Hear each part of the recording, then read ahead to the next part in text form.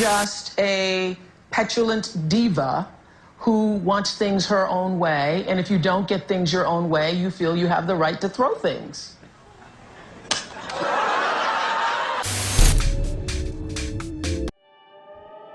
Naomi Campbell has been hailed as a fashion icon, a trailblazer, and one of the most recognizable supermodels in the world. But her journey has also been marked by controversies and scandals that often overshadow her groundbreaking achievements. From dominating the runway with her fierce presence to making headlines for her fiery temper and brushes with the law, Naomi's life has been a mix of glamour, triumph, and turbulence. Yet beyond the drama, she has also used her platform for philanthropy, supporting charitable causes and breaking barriers for models of color. The question remains, is Naomi Campbell defined by her scandals, or by her legacy as one of fashion's most powerful figures? Naomi Elaine Campbell was born in London in 1970, the daughter of a young Jamaican-born dancer who raised her alone. Her childhood wasn't one of privilege, but it was filled with performance. From an early age, Naomi trained in ballet, studied theater, and absorbed the rhythm of music all around her. The stage, any stage, felt like home. By her teenage years, she carried herself with a presence that was impossible to overlook. And then, fate intervened. At just 15 years old, while window shopping in Covent Garden, she was spotted by a modeling agent. Within months, her life would change. At 16, Naomi appeared on the cover of British Elle. It wasn't just a photo shoot, it was a declaration. A girl from South London, the daughter of a single mother, was suddenly stepping into the spotlight of an industry that had long resisted faces like hers. Naomi wasn't simply another pretty face in glossy magazines. She was a barrier breaker. One of the first Black models to be welcomed into the elite world of high fashion, a world that often tried to exclude her. Every runway she walked, every cover she landed, was a challenge to an industry that had to reckon with her undeniable power. This was the beginning of a career that wouldn't just shape fashion, it would reshape culture itself. By the early 1990s, Naomi Campbell had ascended into a realm few models ever reach, global superstardom. Alongside Cindy Crawford and Christy Turlington, she became part of the legendary Supermodel Trinity, a trio that defined beauty, power, and luxury for an entire generation. Designers couldn't get enough of her.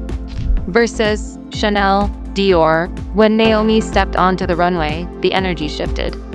The walk, the presence, the intensity, every show she touched became unforgettable.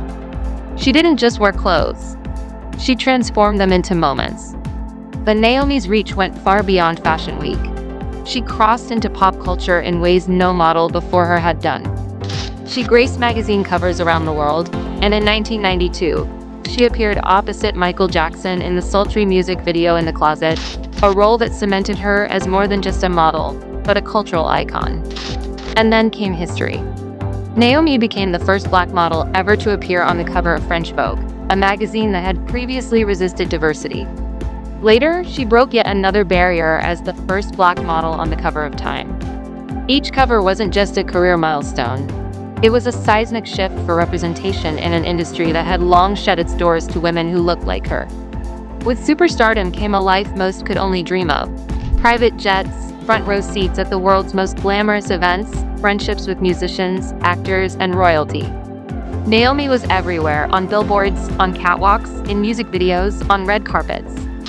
She embodied the 1990s definition of excess, luxury, and allure. Yet, beneath the glitz and glamour, there was also pressure. So to see these young designers, models, young creatives worldwide, especially those of color, I do see you. I travel the world endlessly.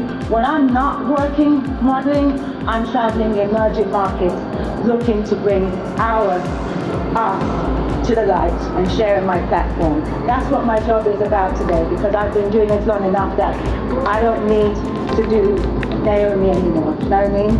So your talent, your vision, your determination, they're not just valuable, they're vital.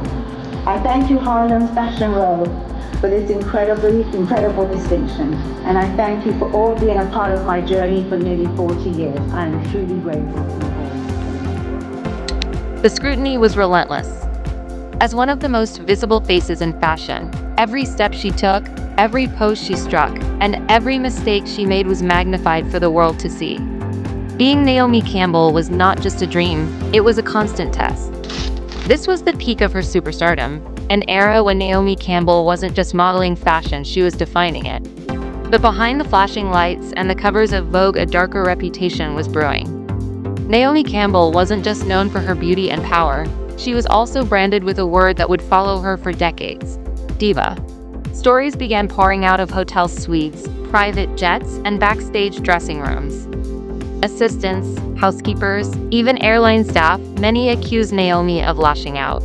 Some claimed she threw phones, others said she shouted or even struck them. Soon, it wasn't just whispers in the industry, it became international headlines. By the late 1990s and early 2000s, she faced numerous assault charges.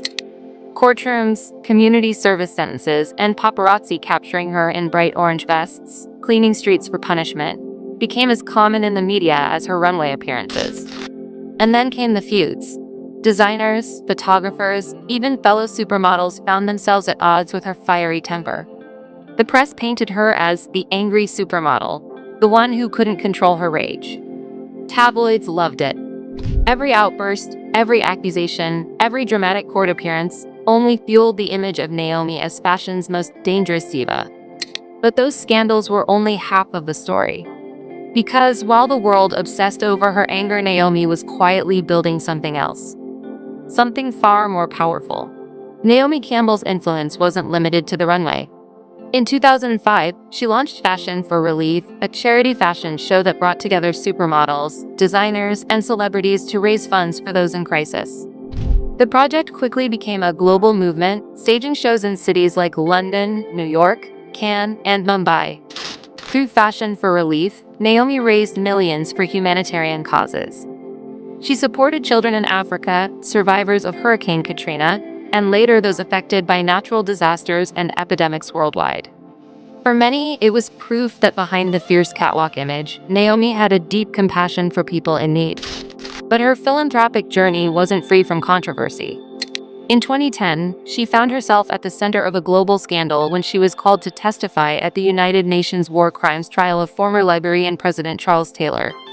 The accusation that she had received so-called blood diamonds, conflict stones linked to violence and exploitation in West Africa. On the witness stand, Naomi admitted she had been given small, dirty-looking stones after a charity dinner in South Africa. She claimed she didn't fully understand what they were and later gave them to Nelson Mandela's Children's Fund. Still, the moment cast a long shadow. For critics, it blurred the line between Naomi the humanitarian and Naomi the scandal magnet. Was she a savior using her fame to uplift others, or a star entangled in the darker corners of global politics? In truth, Naomi's legacy is complicated.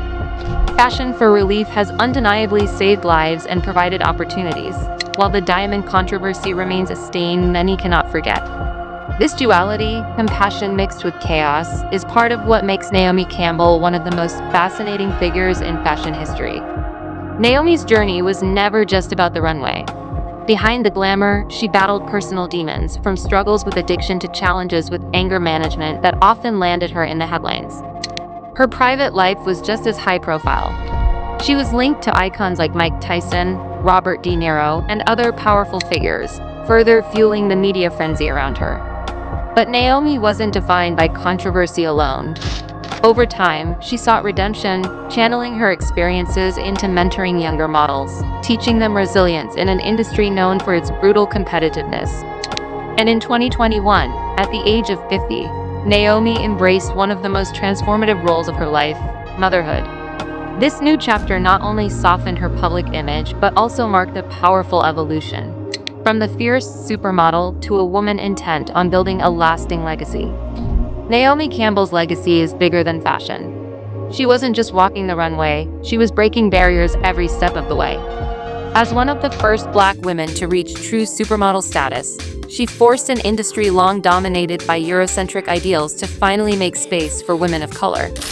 Her influence echoes through today's generation of models: Adet Akik, Jordan Dunn, Ducky Thought, many of whom credit Naomi for opening the doors they now walk through with confidence. She proved that beauty has no single standard, and that power comes from refusing to be ignored. And remarkably, she's still here. Decades after her debut, Naomi continues to appear in major campaigns, close runways at fashion weeks, and remind the world why she remains one of the most magnetic presences fashion has ever known. Naomi Campbell is more than a supermodel. She is a symbol of resilience, reinvention, and the complicated beauty of fame.